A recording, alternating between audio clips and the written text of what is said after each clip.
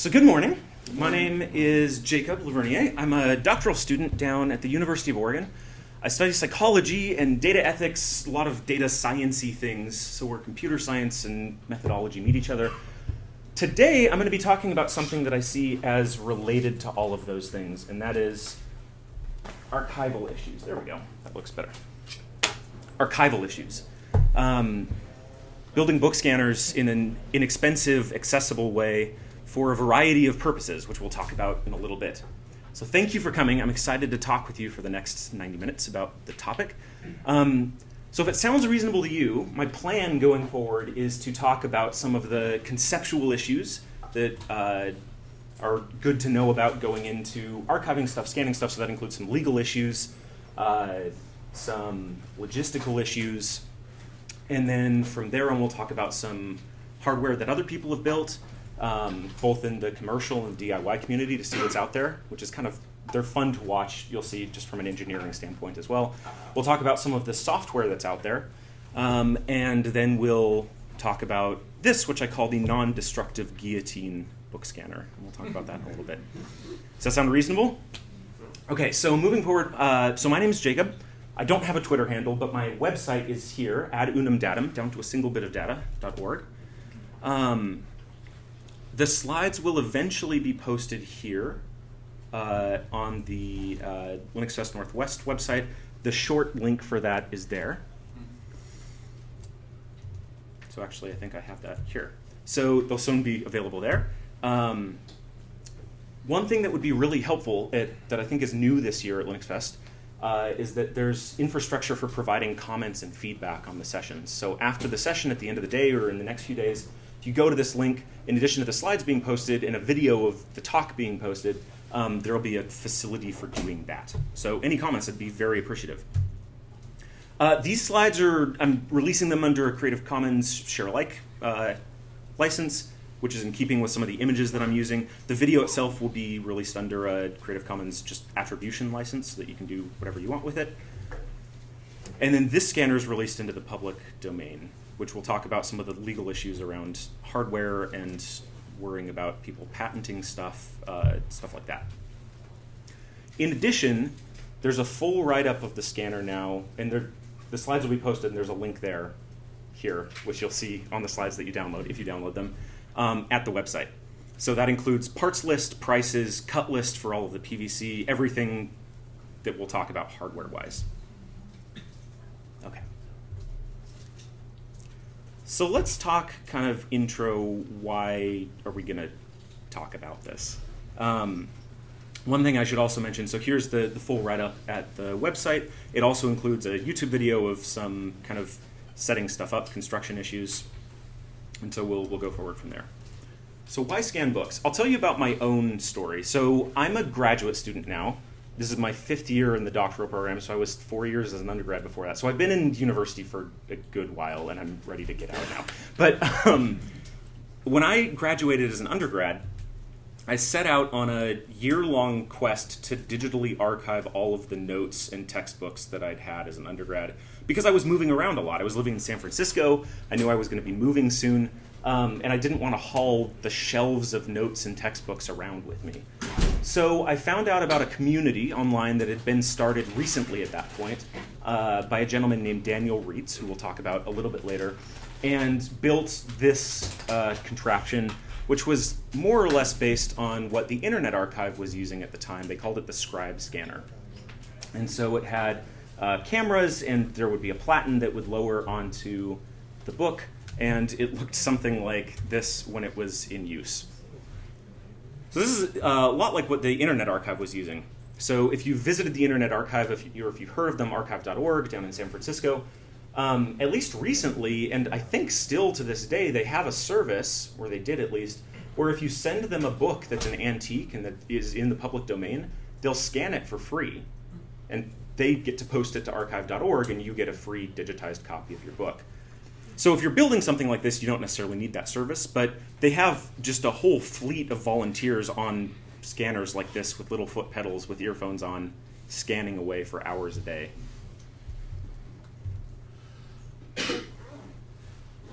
So then the question is, well, the Internet Archive will potentially do this for me if it's in the public domain, but why might I want to build a scanner like this? There are a bunch of apps in the Android App Store and iOS, maybe coming for Ubuntu Touch, where you can scan documents for free. So you can snap a photo of a receipt, it'll keystone correct it, which we'll talk about, it'll kind of warp it in 3D space so it's like you took it head on, and then it'll make it look nice. So why not do that for books? Why not just take a picture with your phone? Why not do truly the easiest thing when you're talking about scanning books, which is destroying the book by taking, so I'm not going to do this, sir, with your book, but taking the book through a bandsaw and sawing off the spine and then running it through a sheet-fed scanner, like a Fujitsu ScanSnap or something. That is the easiest way and probably the highest quality way to scan a book, so I'll just say that up front. The problem is, especially if you're borrowing books from people, people tend not to like people who do that very much. And it feels just kind of icky when you destroy a book. Maybe you rebind it, but if you don't have that facility, it feels kind of bad. So that's a question and an answer.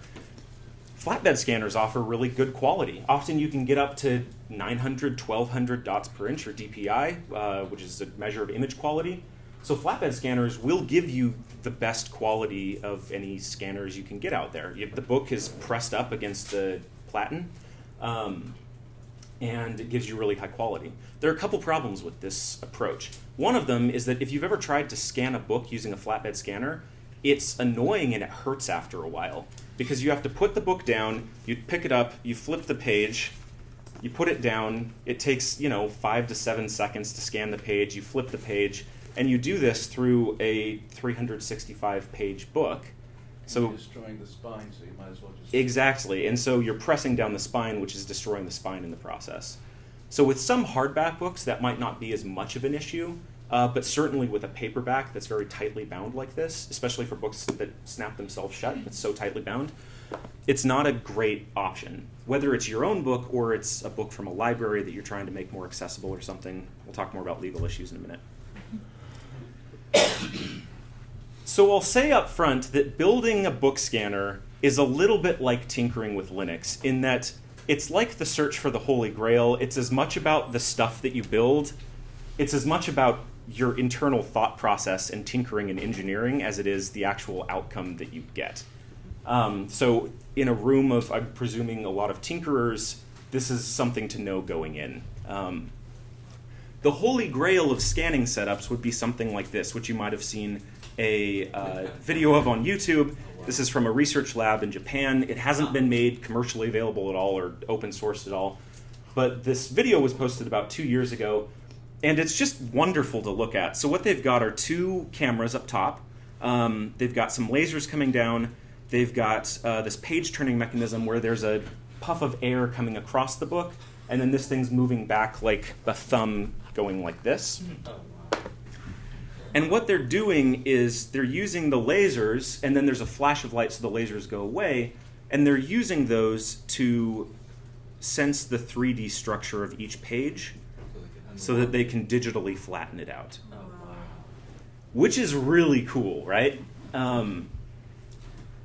often does it miss turns? So that's the question. How often does it miss page turns? There isn't a big risk of page rips here, but we'll talk about Google's openly licensed. They opened up the patent on it that apparently rips pages occasionally. This is the holy grail of book scanners. The thing is, there's nothing out there right now that matches this in the open source world. There's nothing actually that does this in the commercial world either. There are some commercial scanners that you might find in academic libraries especially, so the University of Oregon Library has a few. I'm sure that other universities in the area or colleges in the area have them, where they'll use lasers to figure out the 3D structure of each page and then dewarp them. Some of the software that's out there, including ScanTailor, which we'll talk about in a little while, tries to do things like figure out the 3D structure of each page by looking for lines of text and then flattening them out, or looking at the curvature of the outside of the book. These are kind of touch and go sorts of approaches, though. When they work, and often they don't work, and they really don't work. And so that's why, ideally, a scanner would just be a piece of black cloth and your fingers and a camera. And you would just hold the book open and you'd flip through it like that, and the computer would do the rest. Until we get there, that's where hardware comes in, and hopefully inexpensive hardware. So that's where we're talking about that in that way. So there is a piece of commercial software out there called Booksorber that's about $30. If you're going to search, if you end up searching for book scanners online, you'll find this.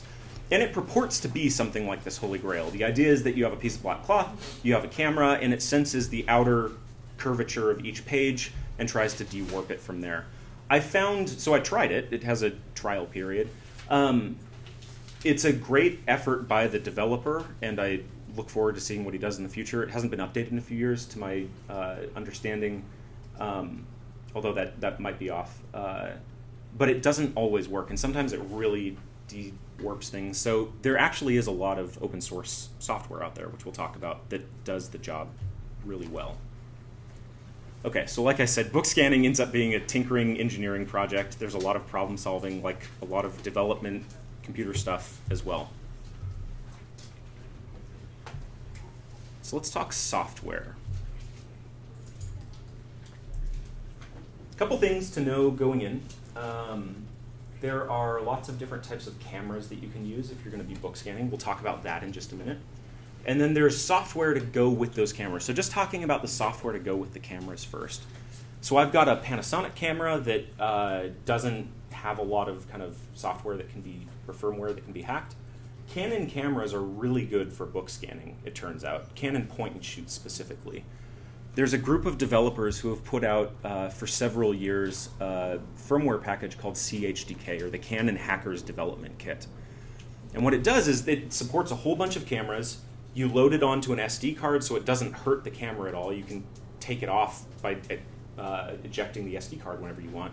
So you just put it onto the SD card, it loads up, and it gives the point and shoots all the features that you would expect out of a much higher end camera. Like being able to lock the focus, where it won't try to manually focus every time, but this is helpful for books when you know exactly where to focus things, but the pages might be at different levels. So you can do that. It'll give you grid lines to look at. It gives you a lot more control. One of the other things that CHDK does for a lot of cameras is enables remote controlling where you wouldn't have a remote control otherwise. So you can plug in a USB cable and send a power pulse to it, like a 5-volt pulse, and it'll trigger the camera. So that's a really neat thing too. So CHDK, Canon point and shoots, and the cool thing is Canon point and shoots tend to be fairly inexpensive. So these days you can get a 20 megapixel point and shoot for around $120, maybe $100 if it's on sale, or if you're getting it secondhand.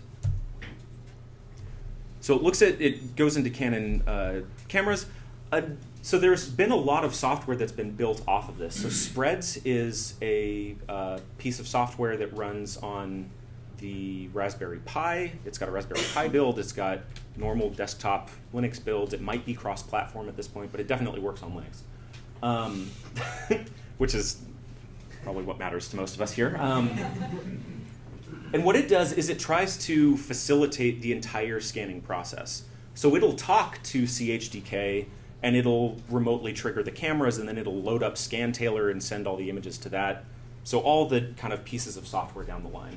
Darktable, which we'll talk about in a moment, which is an open equivalent of Adobe, was it Lighttable? Exactly, yeah, Darktable, Lighttable, which we'll talk about in a little while. Actually has this feature built in as well for some cameras. It doesn't use, maybe it uses CHDK, but there's a list on their website of cameras that they support. So you can actually load up Darktable and trigger your camera from within the photo editing program, which is kind of nice.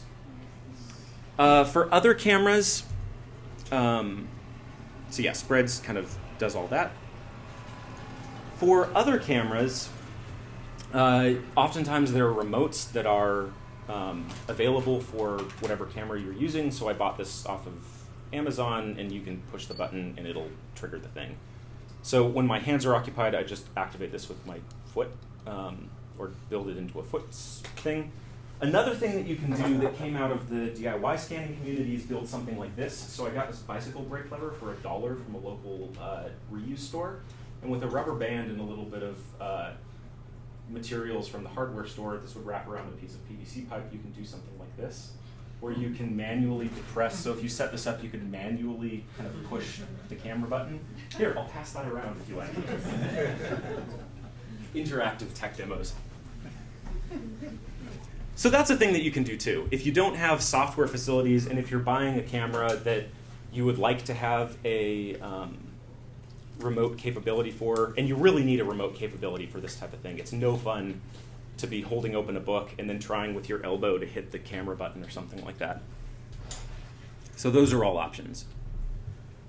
After you've scanned the pages, there's a post-processing phase that usually needs to happen. Now it might be that you're taking pictures of book pages, and maybe you're okay with just the raw pictures. Maybe you're holding the book open with your thumbs, and you're just taking a bunch of pictures straight on, and that's all you need. And you're okay just saving that into a PDF or a DJVU file or something, and going from there. If you want things to look a little bit nicer, though, and when I say nicer, what I mean is so for the scanner here, here's the input photo, and then trying to turn it into something like this, which makes it easier to OCR or do optical character recognition on so that you can search through it with a computer. You can copy and paste it. That's where the post-processing software comes in. So I want to be really clear about this part because I know that for any sort of tech or hardware evangelization, it can oftentimes become you need to do the most expensive, cool, technologically advanced thing. But really with book scanning, it is a thing where whatever works for you, whatever answers the needs of the project you're doing, that's as far as you need to go, unless you get more curious. So for some projects, you might just want a copy of a book for whatever reason, and that might be enough with the warped pages and everything. If you want to do any sort of OCRing or character recognition so that you can search through things, the post-processing is important. So we talked a minute ago about why I started scanning books. I wanted to scan all of my notes, my notebooks, some sections of textbooks, so that I bought all the textbooks and I didn't want to have to cart them around with me physically. Other reasons that you might want to look into book scanning are archival issues. So especially for local communities, the DIY book scanning community is spread internationally, and there have been cases of people in places where there's a lot of flooding or fires or things like that, or it's just really damp, and so public records are subject to the pages just physically rotting over time. And so, they were able to build a fairly inexpensive scanner and scan the documents so that they have this kind of preserved digital legacy. And then you get into a whole bunch of other archival issues, like how are you going to hold on to those digital files, but that's bigger than this conversation. One of the other things that I see as a really compelling reason to look into this sort of thing is for accessibility issues. So books are great. They're compact, and they're more compact than scrolls, for instance, I suppose. But they can be really heavy to move around. And in addition to that, they can be hard to read in certain circumstances. So there are commercial options out there. There are probably some open options out there for digitizing pages quickly. But this, I can tell you, even just from the perspective of a student, has been really helpful for me for doing things like reducing eye strain, if I can, invert the colors and things like that on a scanned book, but also just for being able to text search through things. So I was writing a big paper recently, and it was enormously helpful to be able to get a book from a library, temporarily scan the chapter that I needed to look through that might have been 50 pages long, but I had 100 of those to read, and so it was really useful to then put the front-end time into scanning it, making it text searchable, and then searching for the keywords that I needed so that I could just dial in on exactly what I needed to read right then and get through things much more quickly. Post-processing, there are a few pieces of software that I most highly recommend. One of them is called ScanTailor. It's open source, it's free, it's at least partially cross-platform. It runs on Linux, and I think it runs on Windows as well. I don't know if there's a Mac build, or maybe I'm switching those. In any case, it runs on Linux. So there's ScanTailor. ScanTailor does a whole bunch of cool things. So whether you're taking pictures of individual pages or taking two pages at once in each picture, it'll do things like automatically figure out where the center line is and split the pages apart. It'll white balance correct them. It will figure out if it needs to tilt them so that they're straight on. It'll equalize all of the margins. It'll try to despeckle things if you had a particularly bad or dusty shot. And it also tries to deskew things. Yeah. Working with books with images. Yeah. And text. Yes. Like, because you're doing this at an angle, a lot of images are going to get skewed and things like that. Definitely. So ScanTailer is really neat in that it will. You could repeat the question? Oh, sure. Yeah. So the question was, will ScanTailer work with books that have not just text but images as well? So yes, we're being recorded right now. So yes, ScanTailer is really neat, and it's had a lot of development over the last 4 or 5 years, I would guess. So it'll do things like you can say this book is all black and white, or this book is all color, or you can say try to guess for me. And it usually does a pretty good job, if the pictures are clear, of saying, I think that this is an image, so I'm going to keep this in color, and I'm going to equalize the illumination if you want me to, but I won't otherwise. Whereas it takes the black and white stuff and just thresholds the text so that it's just black and white, which also saves a lot of disk space. So you can have, a PDF of a color book that's a couple hundred pages long can easily be a gigabyte or more because you're dealing with high quality images. A PDF of just plain text that comes out of ScanTailer and then gets bound together into a PDF or a DJVU file might be, 10 megabytes or something like that. So yeah, you can use it for images as well. So this came out of the DIY book scanning community. There's also Booksorber, which I mentioned, which is closed source, but it's $30, which I think is, while I would prefer it to be open source, it's a very reasonable ask of the developer. Like I said, I've tried the trial version and I was impressed with the effort, but the output wasn't consistent and it doesn't offer as much control as ScanTailer does. But it's out there and you'll probably find it if you Google it, so I'm mentioning it here. So there's that. So I recommend trying it. In addition, there's Darktable, which we'll talk about in a little bit. We'll do a demo of, so that's the open equivalent to Adobe's Lightroom. And so what that does is it allows you to do batch image editing. So you can import all of the images, you can brighten them, you can sharpen them all at once, then re-export them maybe to a different format, and then import them into ScanTailer. So for this scanner, which we'll talk about in a little bit, the basic workflow is to take pictures of the pages, send them to Darktable, where you de-keystone them. So keystoning you might have heard about with projectors, if you've ever set up a projector. Keystoning is where a 2D object is skewed in 3D space. So if you're looking at the book head-on, it just looks like a rectangle. This is a keystoned book, or like that. And so this scanner, you could set it up so that there's a camera here and a camera here, and each camera is just taking a picture of one page. That's definitely an option. I've gone with just a one camera setup so that I could spend more money on one nice camera than less money on two not so nice cameras. And so it's shooting all the books at an intentional keystone. So each of the pages is like this, and they're held at the camera at about a 45-degree angle. So Darktable will allow you to take all of those pages and de-keystone them as if you would shot them head-on, which is pretty neat. It won't work beyond about 70 degrees, but 45 degrees is definitely doable. This is used a lot in architectural photography. If you've ever looked at or done architectural photography, it's really hard to get head-on images of buildings because they're really tall sometimes. So you could go really far away and try to get an image head-on, or you could take an image and then look at all the lines, because there are a lot of lines in buildings, and then with the computer, 3D deskew, de-keystone everything so that it looks as if you had taken the picture head-on. So that's where a lot of development on those algorithms has come from. Once you've finished processing things, ScanTailer will give you a folder full of TIFF format images. At that point, you could just look at the images using an image viewer, or you can bind them together into a PDF or a DJVU file or something like that. So PDF Toolkit, or PDF-TK, is a free option that's out there. They've recently split it off into PDF-TK Server which is the Linux command line version that was originally called PDFTK. So if you search for PDFTK, it's now a Windows-only point-and-click GUI sort of program, and they call it PDFTK server. So PDFTK, PDF Toolkit. And it's like a Swiss Army knife of PDFs. So what it'll do is it'll bind PDFs together. You can take a PDF and say, explode this into a bunch of other images, stuff like that.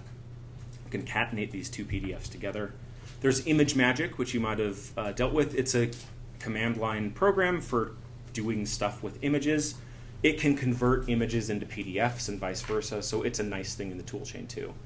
This is a beginner level talk, at least that's what I submitted in the abstract, so I'm not going to go into using kind of those tools. We're just going to stick with point and click for today, but those are things that are out there that are excellent pieces of a toolchain. For optical character recognition, this is where you take a picture of some text and then you have an algorithm look at the text, recognize it, and then convert it into plain text so that you could copy and paste it. You can overlay it over the original text, make it text searchable, things like that. There's Tesseract, first of all, which is really the only viable open source option out there that I'm aware of.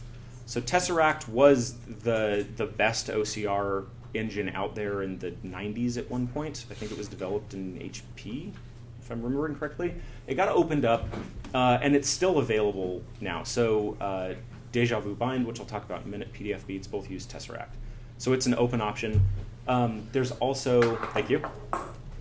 If you have a copy of Acrobat Pro, now we're getting into more kind of cross-platform stuff. Acrobat Pro is closed source, but has a really decent OCRing engine.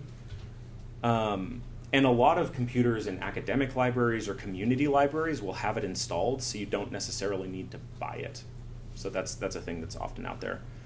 And then the best OCRing engine that's on the market right now, open source or closed source, it's a little bit unfortunate because it doesn't run on Linux, at least not well from what I understand, and it's pretty expensive, but it's called Abby, or ABBYY FineReader.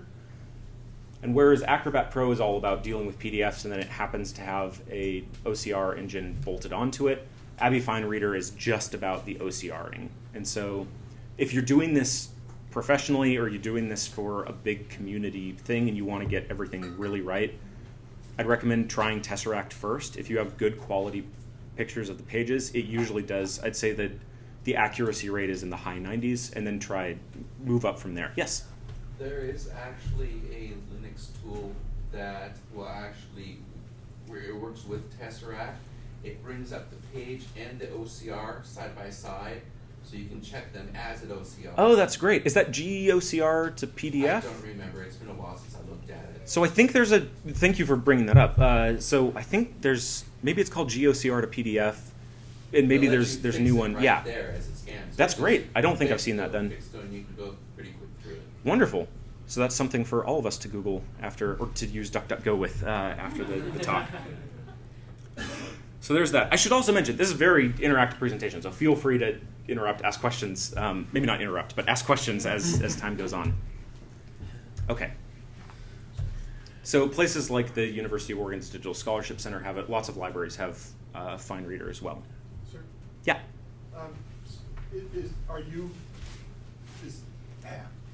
Is the process basically get it scanned and then send it through OCR? Yes. Afterward? So if you have, depending on the camera that you're using, if you're using something like Spreads, you've loaded it onto a Raspberry Pi and it's just attached to your scanner. Spreads will try to facilitate everything so that you're just clicking next instead of having to call up all of these things. What I've done in the past is just written up a bash script to say, now you've imported your images, now I'm launching ScanTailer, now I'm doing this, now I'm doing this. So that's an option too. But yeah, it's get the images scanned, which is a thing in itself because you want to get the highest quality images that you can, and then post-process them however you need to. So I mentioned Tesseract. A couple programs that use Tesseract, there's DJVU Bind. So if you haven't heard of DJVU or DJVU, it's a newer, kind of open from the start competitor to the PDF standard. It's not nearly as widely used, but it's out there, and DJVU Bind's a really decent piece of software, so I'm mentioning it now. Oftentimes, DJVU files will be smaller than PDF files as well, so they're particularly useful for scanning books. And in Linux, most, if not all, of the PDF readers, at least that I've dealt with, that come installed by default across distros, will be able to read DJVU files. So DJVU uses Tesseract to create what Tesseract calls HOCR, or HTML OCR, I guess. It's OCR, it's the plain text, but embedded in a bunch of completely human unreadable HTML to get all the text positioned the same as on the original page. And then it takes that HTML and it takes the original image of the page and it sandwiches one on top of the other so that you have the original PDF. This is what you're thinking of probably when you talk about OCRing a PDF. Then you can click and drag over the original page image and highlight the text and search through it and stuff like that. DJVU Bind's a really decent piece of software. It's open, so once you load it in, you basically get in a command line into the folder where all of the output from Scantailor is, and you just run the command DJVU bind, and it'll find all of the images in that folder, bind them together into a PDF or a DJVU file, and you're good to go from there. There's also PDF beads, which I found to be much more finicky to install, but it's the same thing as DJVU bind, but for PDFs.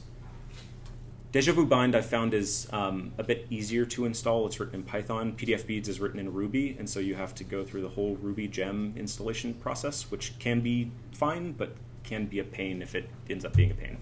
And so it does the same thing as DJVU bind. So these are the most prevalent options out there that I've found. A question? Yeah. This is sort of a detailed one, but Sure. it seems like the OCR step is often a pretty big improvement. I was Mhm. wondering, it was nice to hear that number about 90% sort of accuracy with Tesseract. But it's less of a problem with contemporary books that have standard fonts, but when you are dealing with sort of older materials, or Yeah. in archives, you get a lot of, variance in the typography, and I mean, especially if you go to illuminated things, or that's a little Sure. esoteric as a question, but I was just kind of wondering if you had any remarks about the relationship between OCR and some of those, Sure. increasingly challenging. No, it's a great question. So the question for anyone who couldn't hear it, or for the microphone that's in front of me, is is whether any of these OCR, what's the relationship between these OCR implementations and things like older antique texts that might not use really easy to read fonts, especially things like illuminated manuscripts, things like that. Did you have a comment? Oh, yeah. First off, get some sort of image enhancement software, not necessarily part of the scan package, but there's several out there. Kofax has one.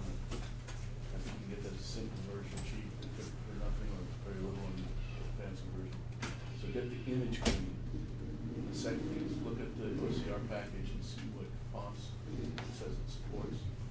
That's a big question. It's a move away from Times Roman into, Right. or just, even these things that are typographic, but I think accuracy tends to drop off, and then when you get into stuff that's more artistic, Right, or calligraphy, things like that. So the gentleman, in case anyone couldn't hear, the gentleman recommended first enhancing the images using any sort of image enhancing software, so Darktable can sharpen images and things like that, brighten them up, equalize the Kodak contrast. supplies a package sometimes with their scanners. Okay. Vista supplies scanners. So maybe from the scanner manufacturer. And then oftentimes, you're right, different OCR implementations or software will list fonts that they support. If you're dealing with calligraphy or illuminated manuscripts, things like that, I've never tried Tesseract with those or any of these other packages. I would guess that they're not going to work well. Having said that, my recommendation would be to start with Tesseract, and assuming that it's not going to work, try something like FineReader, because FineReader, if I remember correctly, and maybe with the newer versions of Acrobat Pro, you can train them on a piece of training. You can do kind of a supervised learning sort of thing, and develop a custom font, basically. So I know that that's possible. I've never done it myself, but I've heard it alluded to in the documentation. And then there's the final what sort of technique. experience you had with the avalanche effect, because we've definitely seen it. I work at the Internet Archive. Oh, okay. A little bit about this. Yeah. And we've sort of seen this avalanche effect when we get into fonts that are outside the kind of contemporary set. And I mean, of course, manuscripts are kind of a lunatic fringe, and mostly we just deal with those as image capture, and that's Sure. what most archives are doing. But it's sort of interesting to think about how to engage. Again, aside the sort of manuscript issue, just there's this kind of long realm of stuff that's been typeset that, in my experience, is that the OCR stuff kind of goes off a cliff pretty quickly when you get it. I think that's probably a pretty accurate, and it might just come with the territory. Train Tesseract, right? I seem to remember you can do that. Yeah, I haven't really. So it might be possible to train Tesseract. Yeah, I'm not sure. It's one of those fringe cases where I would guess if you're dealing with it, you're probably dealing with it a lot, and then so I'm not sure, but I know that at least with some of the packages you can train them. Yeah. Okay. Sorry. No, I appreciate the question. So yeah, any other questions, comments before? Yes. Is it better to capture in RAW rather than JPEG? It depends on the camera. I'd say capture at the highest. So the question was, is it better to capture in RAW than in JPEG? So high-end cameras can often capture in The RAW. answer's simple. I've been in document imaging for over 25 years. It's no JPEG. It's a lossy format. Right. Get the RAW. So I'd respectfully disagree for one class of cameras, and that's mirrorless cameras, which I'm going to recommend. And so, like with this Panasonic, for instance, it can shoot in RAW or in JPEG. But I have heard, so typically I'd say get the highest quality you can get. Usually that's going to be RAW if your camera can support it. With some of the newer like Micro Four Thirds mirrorless cameras, the JPEG optimization ends up being better for this sort of thing than RAW, at least in some cases. That's what I've heard recommended in the scanning community, at least. I don't know if your experience is. I've been at it a long time. Lossy formats, just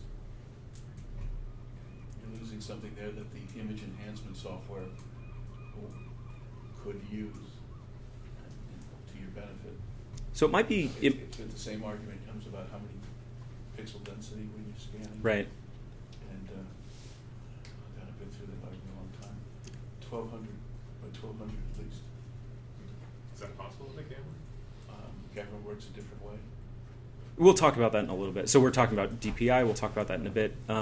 It might be an empirical question to some extent. So using the JPEG optimization that's on board, I've had really decent quality with this scanner, with other types of scanners. But if it's not working, it's Right. maybe an empirical question too. Thank you. Yeah.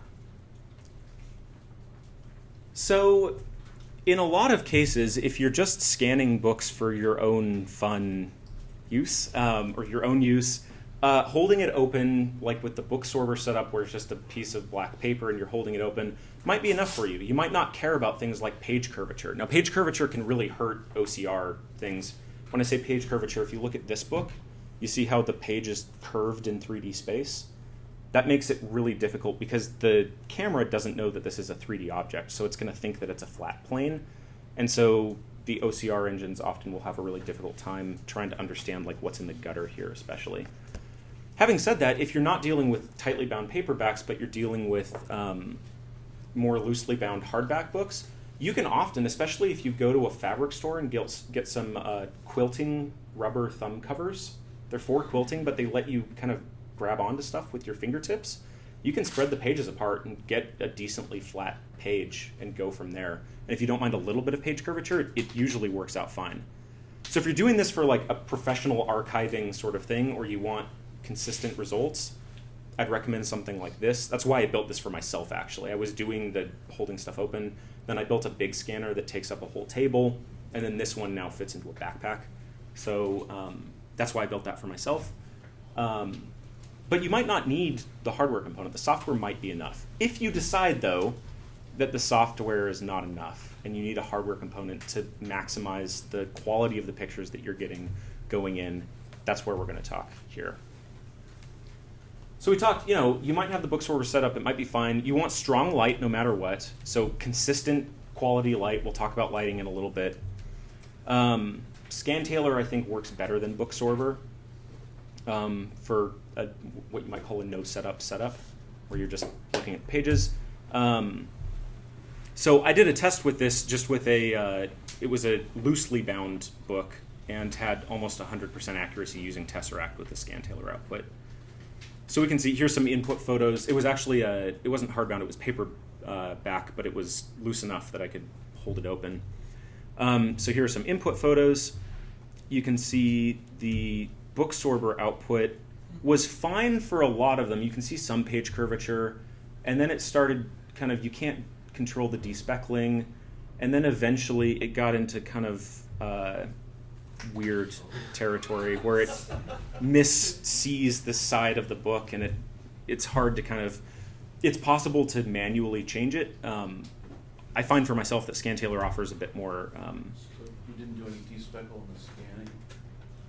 No, so Scantailor can actually do despeckling. There was no other post-processing before sending it into booksorber or Scantailor for this test. When you were on those previous ones, right there, Mhm. were you just flipping it and it was figuring it out for himself and you flipped the page? So these are all with static images that I've sent to booksorber in this case, and it tries to sense within the image that I've taken, it senses the outside edge of the book and tries to deskew based on that, so flatten the page out. And so this, it obviously missaw So the side of the book. images were warped. Yes, so the original images looked like that. So a little bit of warping. I didn't want to make it too hard of a test. And this is obviously anecdotal. This isn't like an actual, super strong study or anything.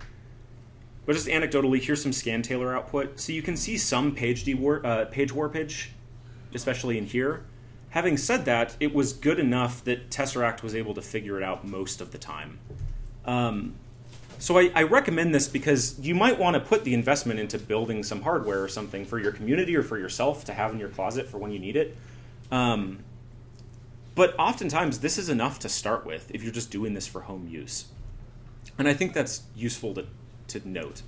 Because a camera is a decent investment. You probably have a camera at this point that's maybe higher quality than your phone. So I guess I never really talked about that. The problem with phones is that you can often have an 8 megapixel phone, and with iPhones especially, like they have onboard image enhancing things that make for really high quality images or high quality looking images.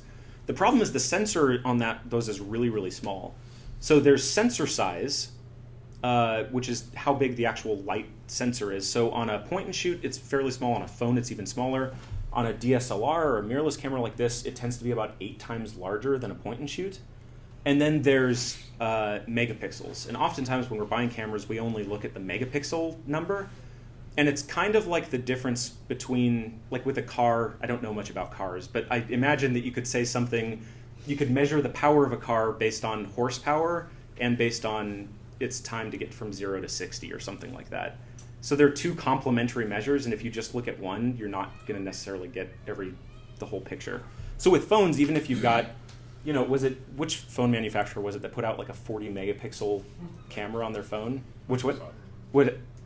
Microsoft. So, and that's where they take, it's the software doing that. It's not like it has a big sensor. It doesn't overscan, so it just Right. basically takes multiple copies of the image and overscans them to generate the higher res, but it's not truly. Exactly. So you might, again, a lot of this is an empirical question. If you happen to have one of those phones and you want to test it out, go for it. And if it works, then it works great. You can use some PVC like this, we'll talk about in a minute, to make a rudimentary copy stand and just have it pointing down so that you don't have to be holding it with one hand while holding the book open with the other.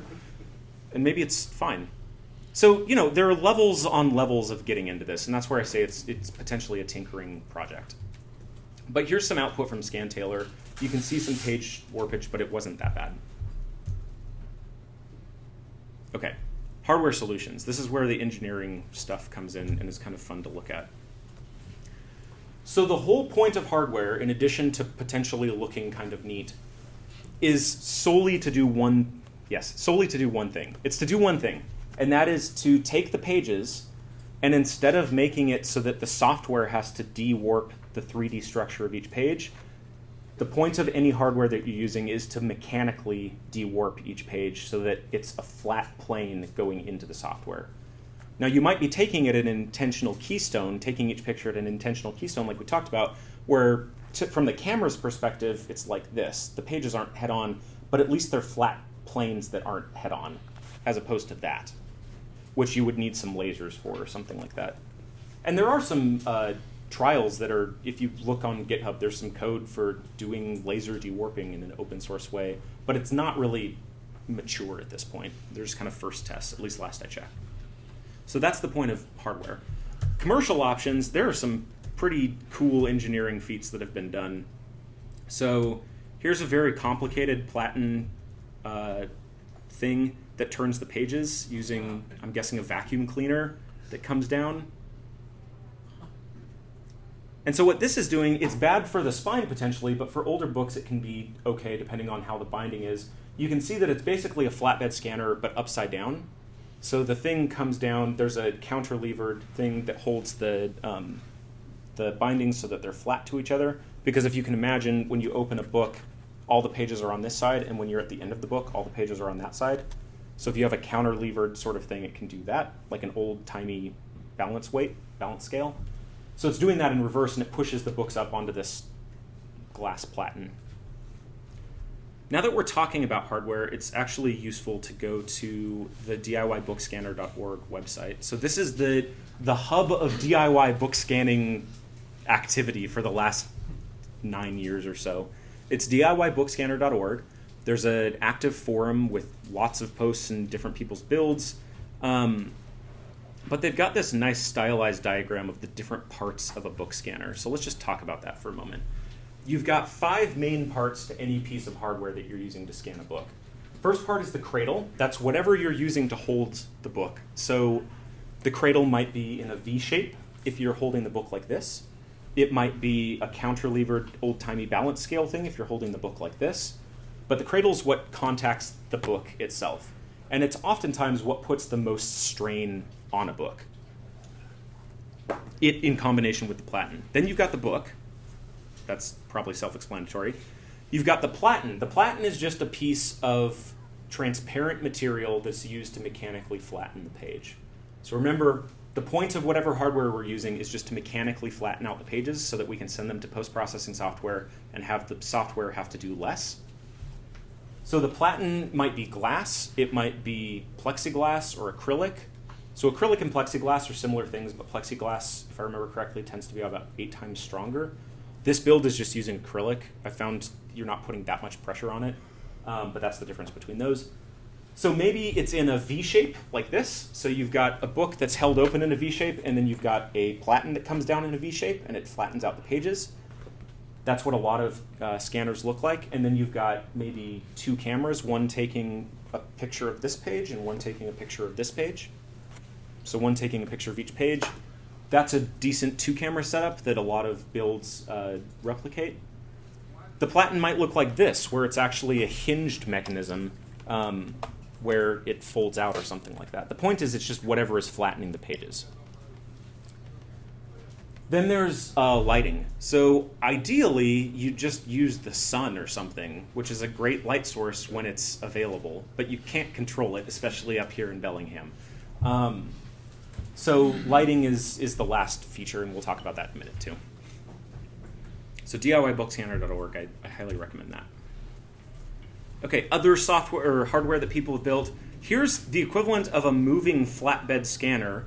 So you put the book into this V-shaped cradle, and it's got a flatbed scanner hooked up with basically a vacuum cleaner, and it automatically turns the pages using a vacuum cleaner, and then they fall, and it's flatbed scanning each of these. So one of the big questions that people often ask when they're introduced to the idea of book scanning is, does your scanner turn the pages automatically? And most scanners don't. It's actually much harder than you might think to get that to work in a mechanical way, because our fingers are actually really useful tools for doing those sorts of things.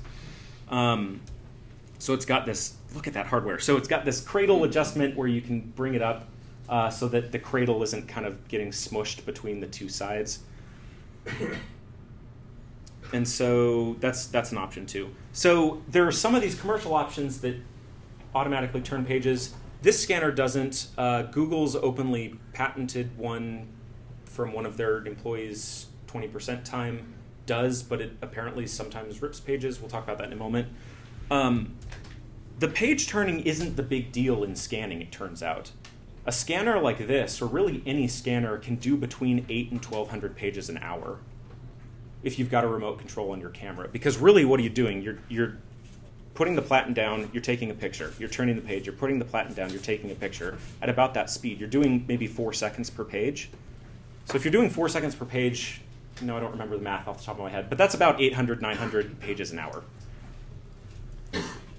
So that's, you can get through a 300-page book in 20 minutes or so. That's not the big problem. The problem then becomes, are your pictures good enough to post-process in a meaningful, substantive way? If you look on Amazon or other retailers of your choice, you'll often find what are called document scanners. They hook in through USB, and they usually have maybe a 5-megapixel little webcam, basically. These can work for things like receipts or individual sheets of paper, but again, you run into the same problems as you do with using a phone, in that the sensor is usually not very big, and so the images aren't going to be great quality.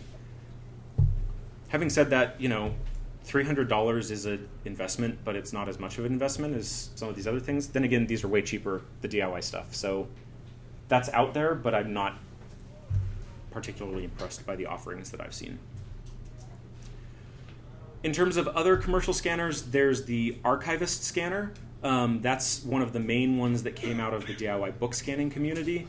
The Internet Archive, to my knowledge, uses an adapted version called the Archivist, or the Tabletop Scribe. Is that correct? Scribes. Okay. There's been ongoing iteration of those. Okay. There's a certain number deployed so that it's the whole. Yeah, different versions. Yeah. So so those are often available. Last I checked, for around $12,000 commercially. A lot of these commercial scanners start. Put it this way: they're expensive enough that the price is not listed on the website. So if you go to an academic library, like at the University of Oregon or a community library, the ones like with the flatbed scanner and the vacuum cleaner, even ones where you have to turn the pages yourself, start typically at around $10,000. And those often include 2 nice cameras and stuff like that, but it's more of an investment than we as DIY people probably want to make. And also communities, libraries potentially want to make. Yeah, a big part of the price for us are those Canon 5D Mark III. Right. So the cameras are included in that, which is really good. It's like 10,000 right there at least. And if you want to make the Archivist, which came out of the DIY community, you can get a kit not including cameras for about $1,200. So yeah, the prices all match up. The point is, if you're doing this as a professional and you want to get like archival quality things that are going to last for 500 years, you probably want you always want the most expensive camera you can buy, because price tends to correlate with quality of image. Having said that, you can get a point and shoot for $100. This DSL, it's not a DSLR, it's a mirrorless camera, but it has one of the large sensors, was $250 on eBay. It's an investment, but it's not as much of an investment. And for home use, it gives decent quality. Yeah. So something that's kind of interesting in this is there's a super non-linearity between price and quality. And so I actually presently use a Canon T5i. Okay. And it's a very good quality DSLR. And sort of there's a reuse of the imaging sensors by Canon at the back of these. It's not the sort of the prosumer camera. Yeah. Like the 7D, or when you get up into the really professional ones like the 5D and so on, and the 6D. And I think when I bought it, when it was kind of a current camera, it might have been $800 with a couple of lenses. Typically, you want to pay money for a better optic that's Right. like a fixed focal length one is often a good choice, because you can really get much better acuity with those.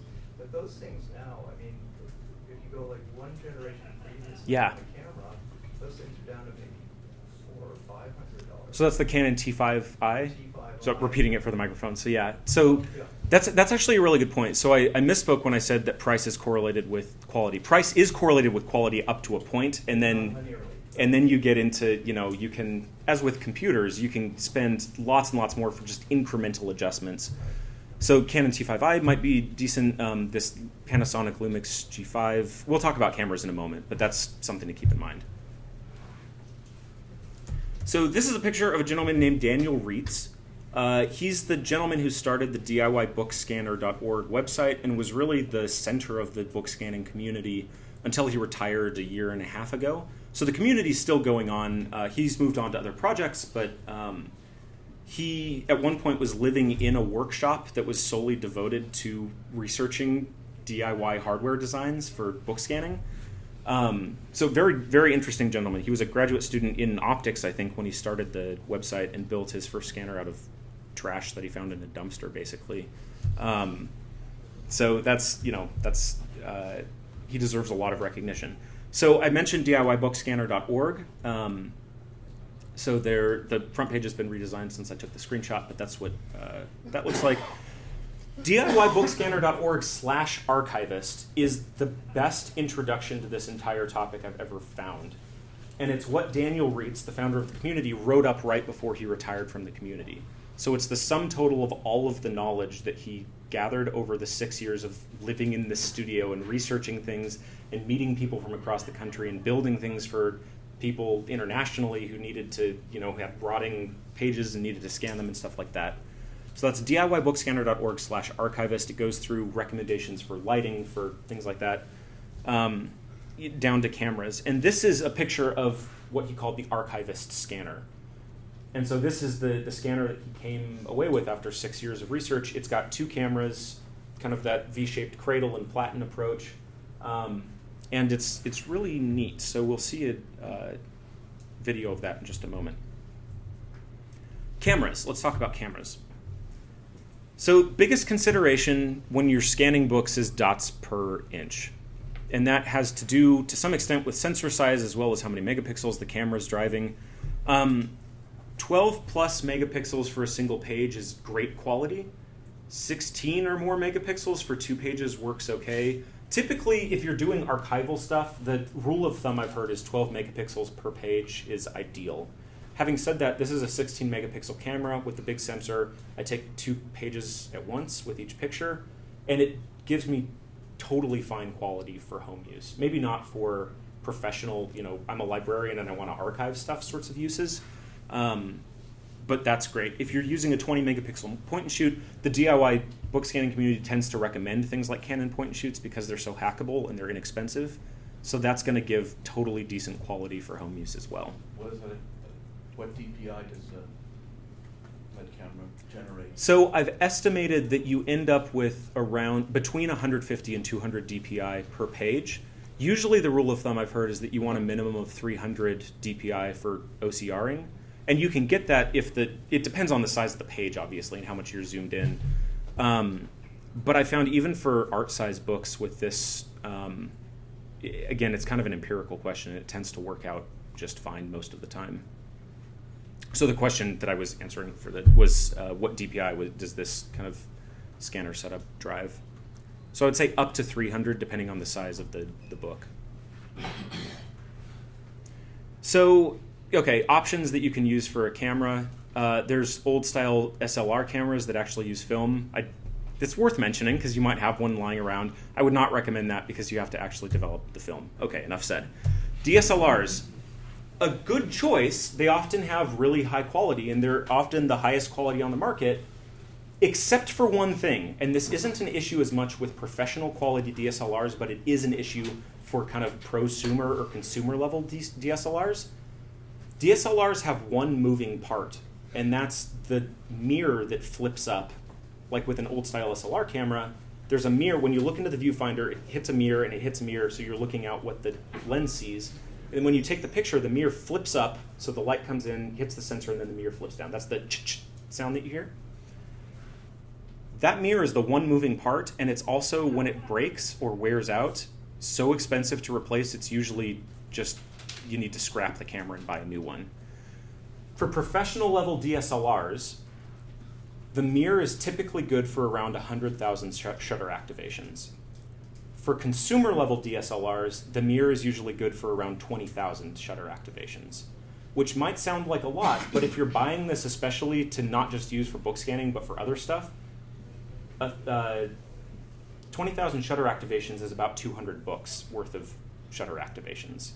So if you're spending $500 on a camera, it might not be the best way to go because you might have to replace it after a year or two, depending on how much you're doing with it.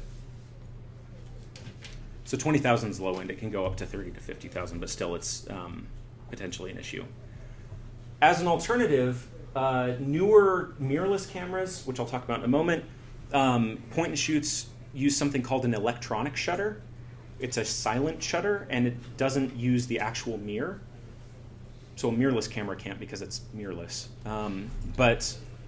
So electronic shutters, if you have a professional level camera that has that feature, that's often the way to go, because electronic shutters don't actually move anything mechanically, and so they won't ever wear out, at least until the camera itself wears out. So that's a feature to look at if you're looking into buying a camera.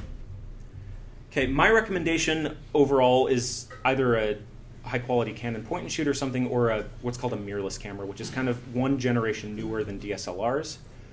They're like DSLRs, but they're smaller.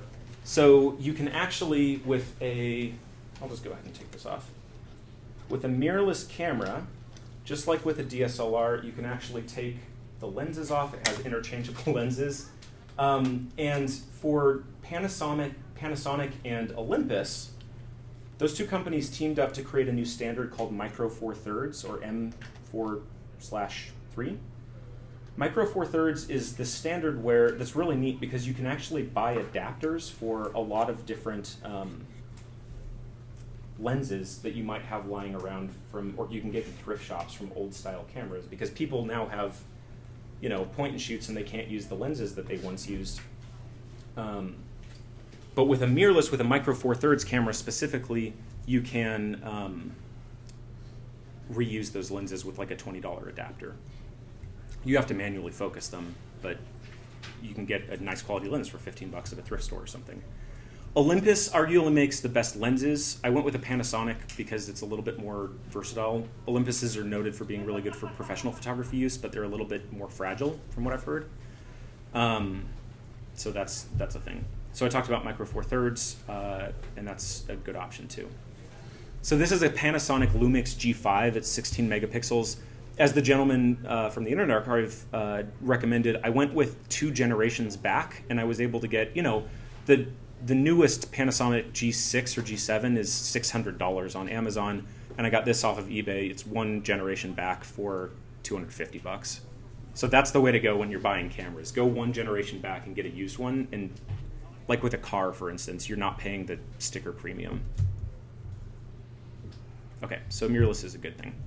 And also I recommend the archivist page on DIY Book Scanner. Okay, let's talk legal issues really quickly, and then we'll dive into scanning books. First of all, I'm not a lawyer, but I've done a lot of reading on this. So this is not legal advice, but it is founded in reading about the topic. Number one idea, if you're doing something around this, is ask a librarian, because librarians are usually up on what constitutes fair use of things. Especially if you're working at a university or you're a student, you can often ask a librarian basically the equivalent of the question, would the library back me if I got sued for something that I'm doing? And if they answer, yes, we would back you, even if you're not doing anything that's going to get you sued, you're in the legal clear. This isn't as much of an issue if you're just doing stuff for home use, but if you're putting stuff up on archive.org or something, this becomes an issue. Okay. A few things out of the way. Buying a physical copy of a book does not entitle you to download a digital copy. So let's just get that out of the way. In the same way that buying a physical copy of a CD does not legally entitle you to torrent the CD. It should, arguably, but it doesn't, at least in the US. Oftentimes, additional work goes into creating digital copies, stuff like that, so that it makes sense. Having said that, if you're redistributing stuff, it's only really legal to put stuff up that's already in the public domain, or potentially that falls under fair use principles, and there's a whole 4-point test for that, and it's kind of, this whole thing's a legal gray area. Having said that, to my understanding, the same thinking as applies to ripping a CD to your computer. So if you buy a physical copy of a CD or a DVD, it's legal, at least in this kind of gray area, to rip it to your computer as long as it's just for your own use, because you're transmuting it, you're changing the format, but you're not redistributing it. There actually was a U.S. SCOTUS Supreme Court decision last week or early this week where Google has been doing Google Books and they've been scanning stuff, and the whole idea is that they make the books text searchable but they only show snippets so that you can maybe find, books that are relevant to your interests, or you can see like what page a thing is on, but they won't show you the whole book. Well, they got sued almost immediately by the Writers Guild and a whole bunch of other organizations, basically the book publishers, saying, we don't want you to do this.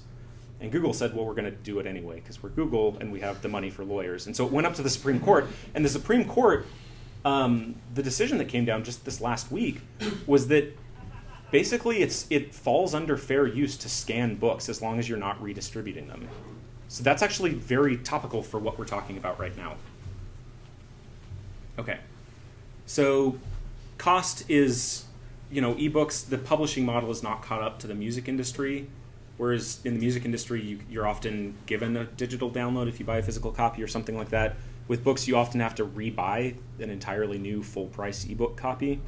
DRM's an issue that becomes so that's where stuff is locked down and you can only read it in one program or something like that, or you can only read it for a week. These are all issues that don't become an issue when you're scanning stuff. One last thing that I'd like to mention is that the US's copyright system and patent system are really, really broken. Yeah. And it's the result of what are colloquially known as Mickey Mouse laws. Yeah. So this is an image Literally protecting me. that tracks over time how copyright has changed in the US. And what you might note, if you're an astute observer, is that every time the Mickey Mouse character has been about to enter the public domain, because stuff eventually becomes public domain, right? Somehow, coincidentally, a bunch of lobbying money goes to the US Congress and the copyright term gets extended. So this is actually quite a tragedy because Disney originally created their original, famous movies based on things that had been copyrighted by people like the Brothers Grimm and had entered the public domain because they did that after like 20 years. At this point in the US, stuff enters the public domain after between 90 and 120 years, which means that stuff hasn't entered the public domain since the 1920s. That's a problem, and it's a problem in the legal system in the US. Patent system is also similarly broken. That's why I've put this out into the public domain. Daniel Reitz has recommended doing the same. There are open hardware licenses, but he had some kind of icky experiences with enforcing them. The problem with the patent system is that the US moved from a first to invent system just a few years ago to a first to file system. Meaning even if you weren't the first person to invent something, if you were the first person to submit the paperwork, you can then own the patent and shut down anyone else making the thing. So if you create a new book scanner and you want to put it out there, potentially consider putting it out under like a Creative Commons Zero license or something. Yeah. My understanding is Disney is already laying the groundwork to extend it to 120 years now. I would guess that's probably true. And they've yeah. been working on it for like 5-6 years, something like that. Yeah. Yes.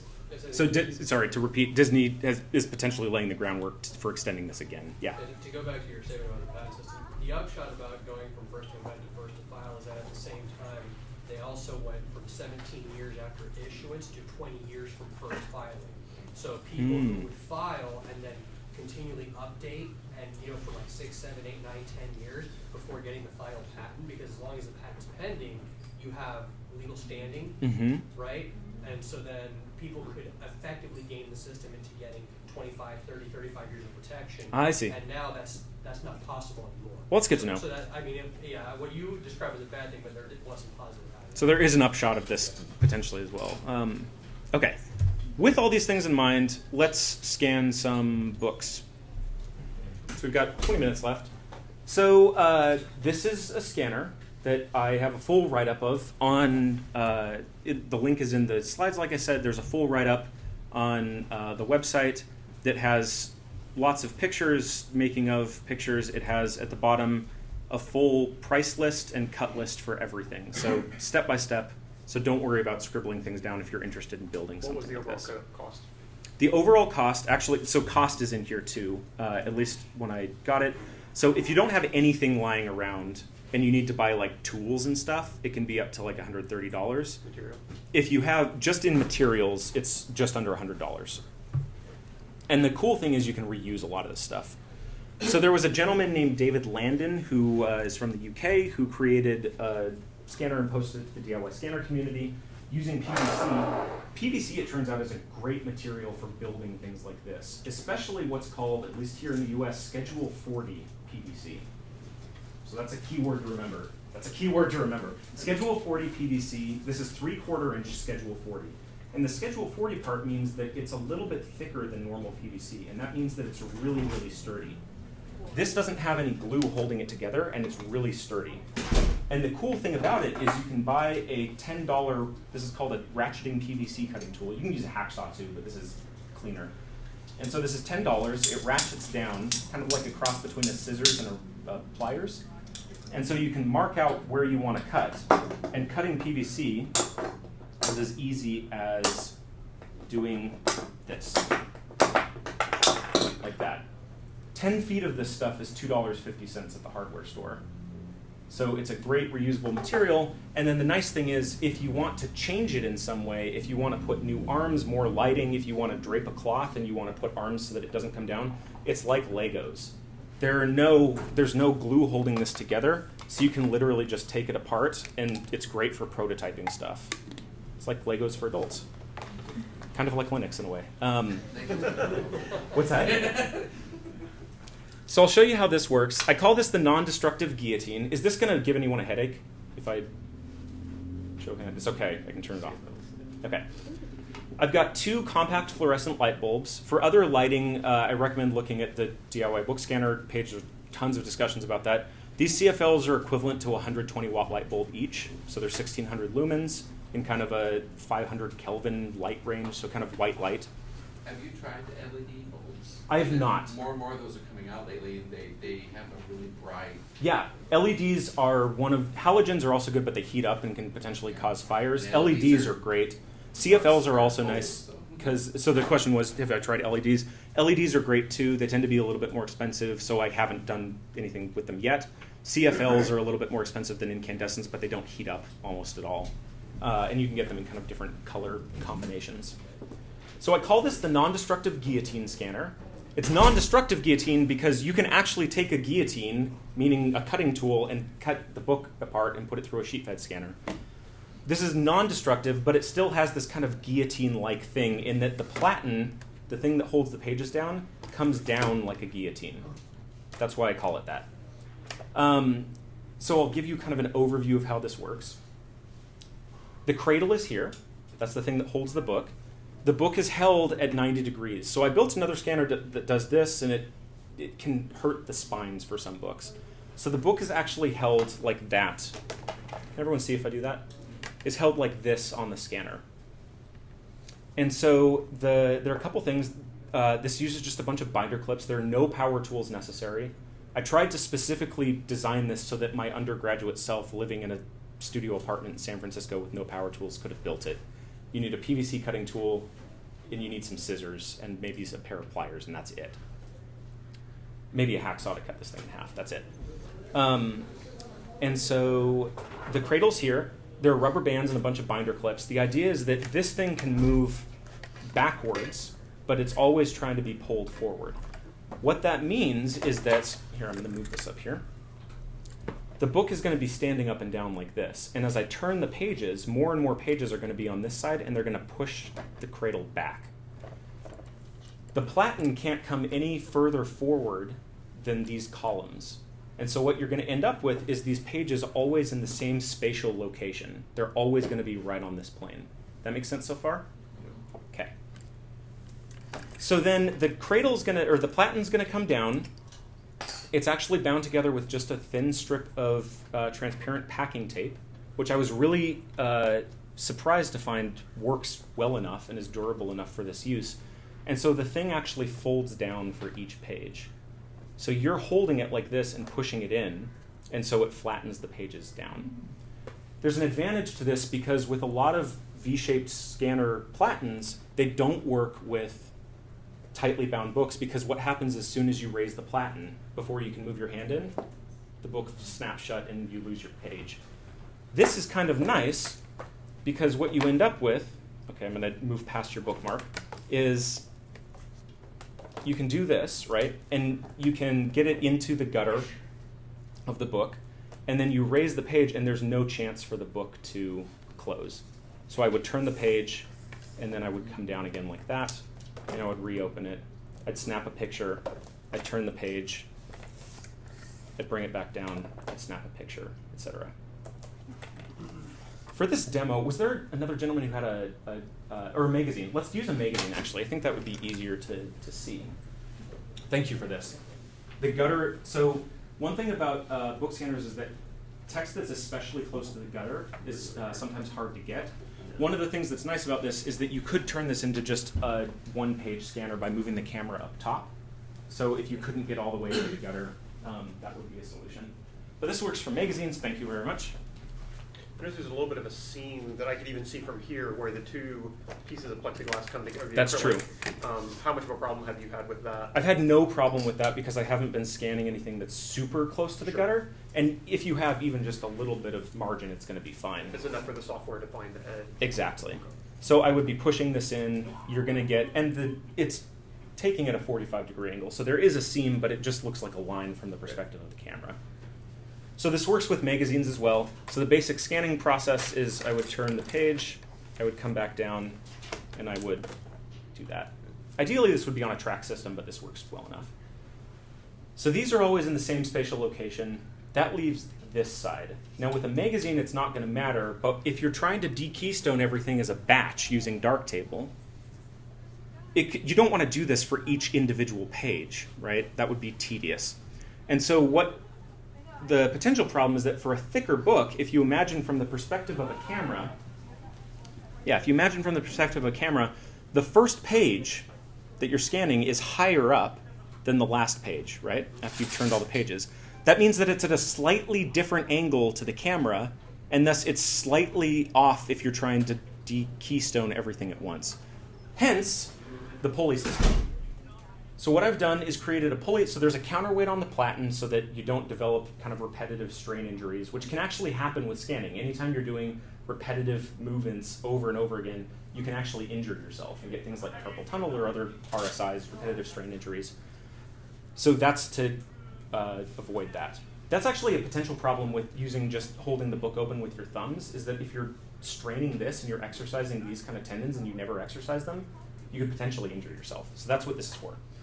In addition, there's a pulley that comes up and over and then back around. And the idea is that this gets tightened at the very beginning. So I'm just going to get that nice and tight. And so this gets set up to the top. You need just a little bit of calibration. There we go. This gets set up right to the top so that it's nice and in place. And then the idea is, as the platen goes lower and lower, this isn't an issue for this magazine, but for the other book that the gentleman provided, as the platen goes lower and lower, the rope gets tugged on more and more. And so the spring gets activated, and what you end up with is, as you move the book further and further and you pull on this, the camera moves down correspondingly. Yes, thank you. Ooh. I was quite excited about that. Say it again? So, the camera starts up here, right? But if we want to de-keystone all of the pages on this side, we want to keep the book in spatial relationship, spatial synchrony with the camera. So it just slips? So it slips down. The more the platen can move down because we've moved pages from this side to this side. Did you take your cue from astronomy? Because no, is that a thing they that use happens? Similar techniques, sort of. No kidding. Tracking stars. That's really cool to know. Oh, well, usually since they know the rotation of the planet, they just time it and they just move automatically. Okay, yeah. So you could actually time it in a way with this as well, but this is So as it goes further, this gets tugged on, and then this moves down correspondingly. Now I've got this tight enough that it's not moving on its own, but it can respond to even light pulls on this. That's the one piece of calibration. So I've got these two wing nuts. These are 80-cent electrical conduit hangers. Electricians use them to hang. Well, there's no conduit up here. Yeah. Well, there kind of is. Yeah, they hang conduit with it. These are things that you can find for 50 cents at like a camping store. They're like for a hoodie. And so what you end up doing is, we might have time to actually demonstrate this. So here's the remote. Normally I would activate this with my, I should probably turn the camera on too. Normally I'd activate this with my foot. And get this kind of locked in place. There we go. So normally I'd activate this with my foot, but the general idea is that you would take a picture. So it's that quick, and then imagine that's with my foot. I would lift this up, I would move this, bring it back down, I would take a picture, I would move this, I would move it back, etc. Take a picture, and I'd be pushing these in to get really into the gutter. At that point, what I would do, so this is hastily done, so there's actually a little corner that we'll see. But at that point, what I would do is, wait for it. Okay. At that point, what I would do, thank you. I'm among my people. Thank you. At that point, what I would do is open this up. So I'll tell you in advance, I was shooting pictures at an art gallery event recently, so you're going to see some art gallery pictures too, or performance pictures. But I would take these last 3 photos, and I'm just going to copy them into my downloads folder, say.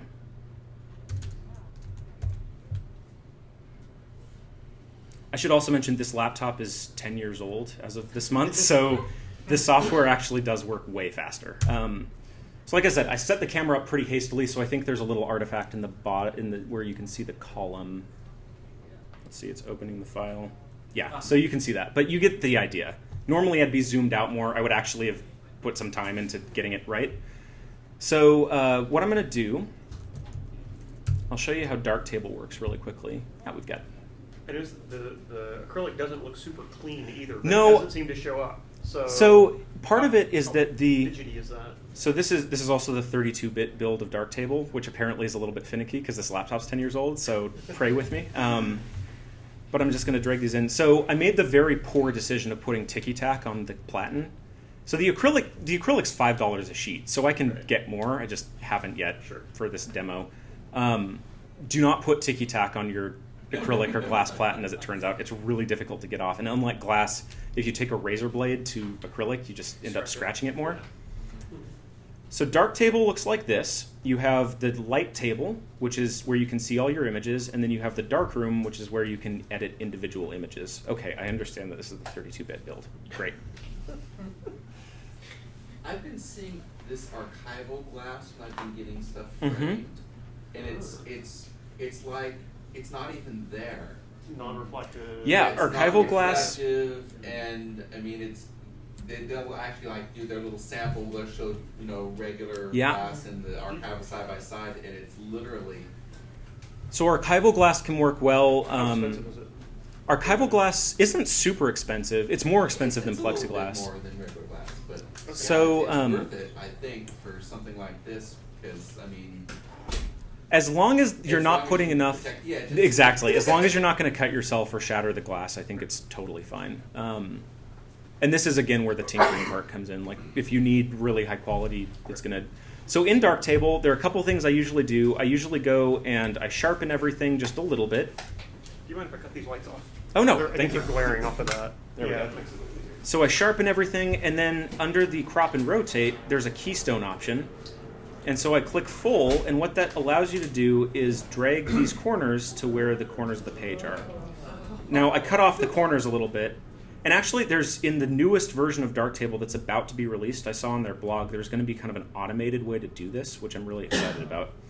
But for now, this works great. Normally, I'd be zooming in and making sure that all of these are on the corners, and note that I actually cut the corner off on this because I set it up really quickly.